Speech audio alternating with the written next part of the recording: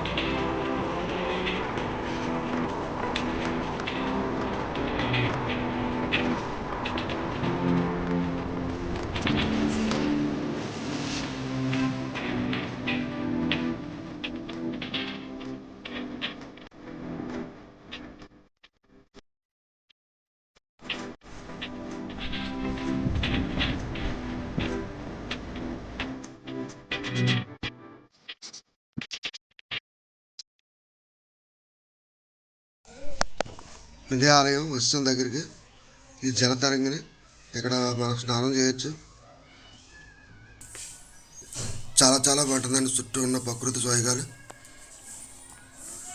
చాలా అంటే చాలా చాలా. మీరు అందరూ వచ్చి తప్పకుండా చూసి ఎంజాయ్ చేయండి. స్వామివారిని దర్శించుకొని వెళ్ళండి. శ్రీ భీమేశ్వర స్వామి ఆలయం అనేది. ఇక్కడ పుష్కరంలో స్నానం చేయాలని స్నానం చేసి బట్టలు చేంజ్ చేసుకొని అప్పుడు మా లోపల స్వామివారిని దర్శించుకోవడానికి వెళ్తాం. ఇదే మార్గం చాలా చాలా బాగుంది. నాకైతే ఇటువంటి పురాతన ఆలయం ఒకసారి అనేది దర్శించాలి. చాలా చాలా మన దగ్గరలో ఉంది కాబట్టి సామర్లకోట అంటే మనకు తున్నించి దగ్గర చాలా దగ్గరే. చాలా చాలా బాగుంటుంది. మన చుట్టుపక్కల ఏరియాలో కన్నా దూరంగా ఉన్న వాళ్ళు కూడా చూసారండి, చూసి ధరించండి. ఇక్కడ ఇంత ప్రకృతి సోయగరాల మధ్యన ఉన్నటువంటి ఆలయం, అతి పురాతనమైన ఆలయం. చూడండి. Thank you.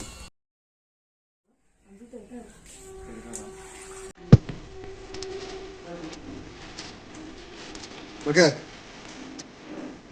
Okay okay okay sir. ఇదిగో మనం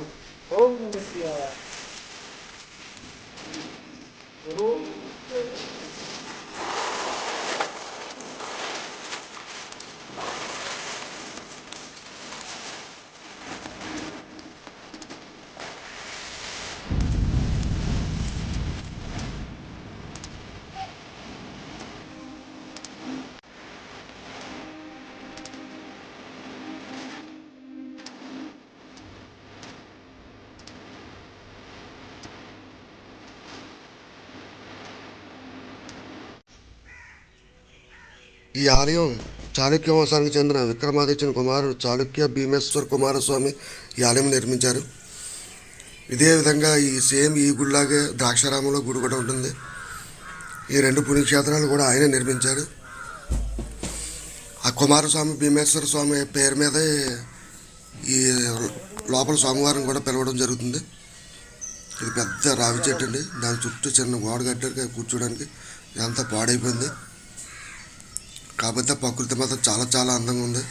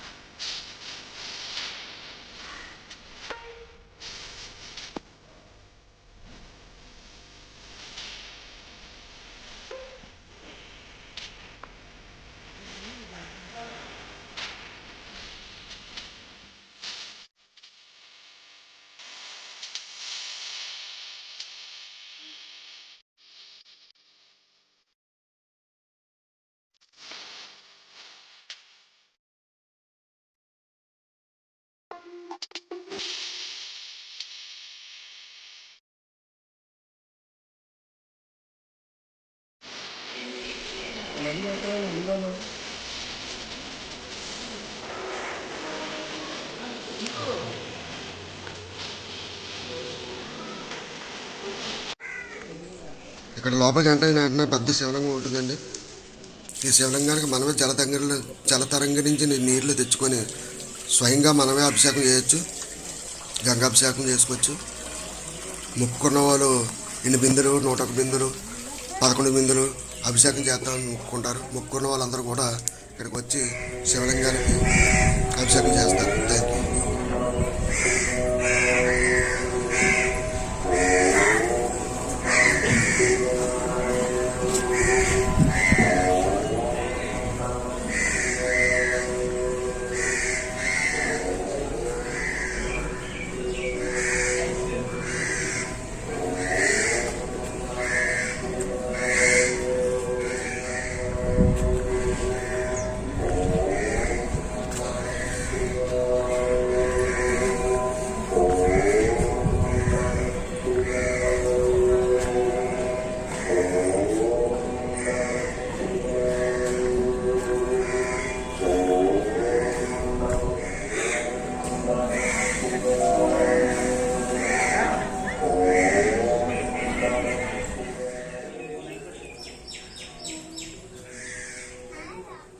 వీడియో తీయచ్చా లోపల?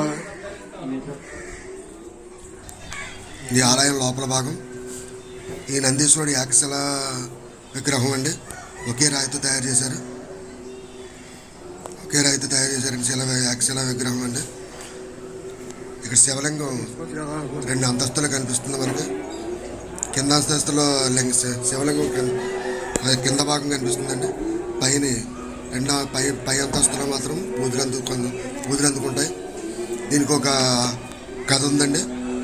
ఆ కథ ఏంటంటే, ఈ గుడి నిర్మాణం చేసేటప్పుడు శివలింగం అంతకు పెరుగుతుంటే, నిర్మాణ సమయంలో పెరుగుతుంటే శివలింగం పైభాగాన చీల కొట్టారనే కథ స్థానికంగా బాగా వినబడుతుందండి. ఇక్కడ 2 అంతస్తులు 14 అడుగుల శివలింగం ఉండేది. 2 అంతస్తులు పైకి ఒకటి చూపించుకొని పైకి వెళ్ళిపోయిందంట. అప్పుడు పైన శీల వేసారంట, పైకి ఎదక్కుంటాను. ఇది వీరభద్ర స్వామి, చండేశ్వర స్వామి ఆలయం. శనీశ్వర విగ్రహాలు ఉన్నాయి, చాలా ఉన్నాయి. ఇక్కడ చనిపోయిన వాళ్ళకి కూడా ఇక్కడ పిండాలు పెడుతుంటారు. చాలా చాలా బాగుంటుందండి. మీరు రండి, చూడండి, ఆనందించండి. ఇక 2 అంతస్తులు కూడా అండి. పైనుంచి ఇప్పుడు మార్గం లేదు. కిందన పైన కూడా ఒకసారి కింద నుంచి వెళ్ళొచ్చు. ఇవన్నీ లోపల ఉన్నటువంటి పురాతన విగ్రహాలు.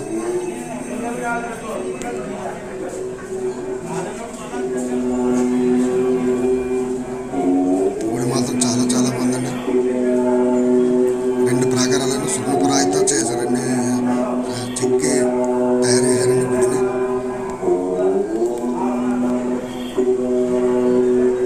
సుమారు గుడి నిర్మించడానికి 20 నుంచి 30 సంవత్సరాలు పడుతుందండి. మీకు కావాలంటే మీరు గూగుల్లో సెర్చ్ చేసుకుని చూడొచ్చు. ఇవన్నీ కూడా చాలా బాగుంటాయి. ఇక్కడ స్వామివారిని ఊరేగించే వాహనాలు ఉన్నాయి. ఇవన్నీ ఆలయం పైభాగం.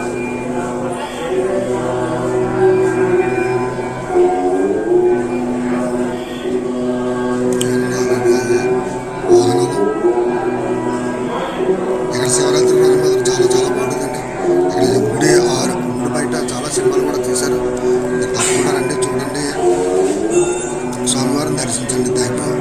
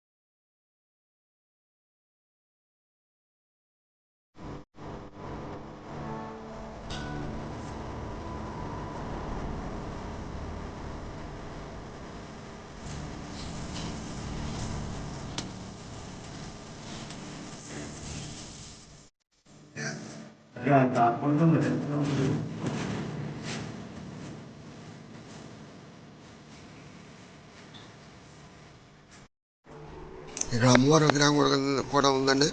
బాల త్రిపుర సుందరదేవిగా దర్శనమిస్తారు. స్వామివారి మాత్రం కాలభైరవుడిగా దర్శనమిస్తారు. ఆలయం అయితే నిర్మాణం అయితే చాలా చాలా బాగుందండి. చాలా పురాతన ఆలయం కాబట్టి మనం చూడడానికి చాలా చాలా బాగుంటుంది. తప్పకుండా మీరు అందరూ రండి, దర్శించండి.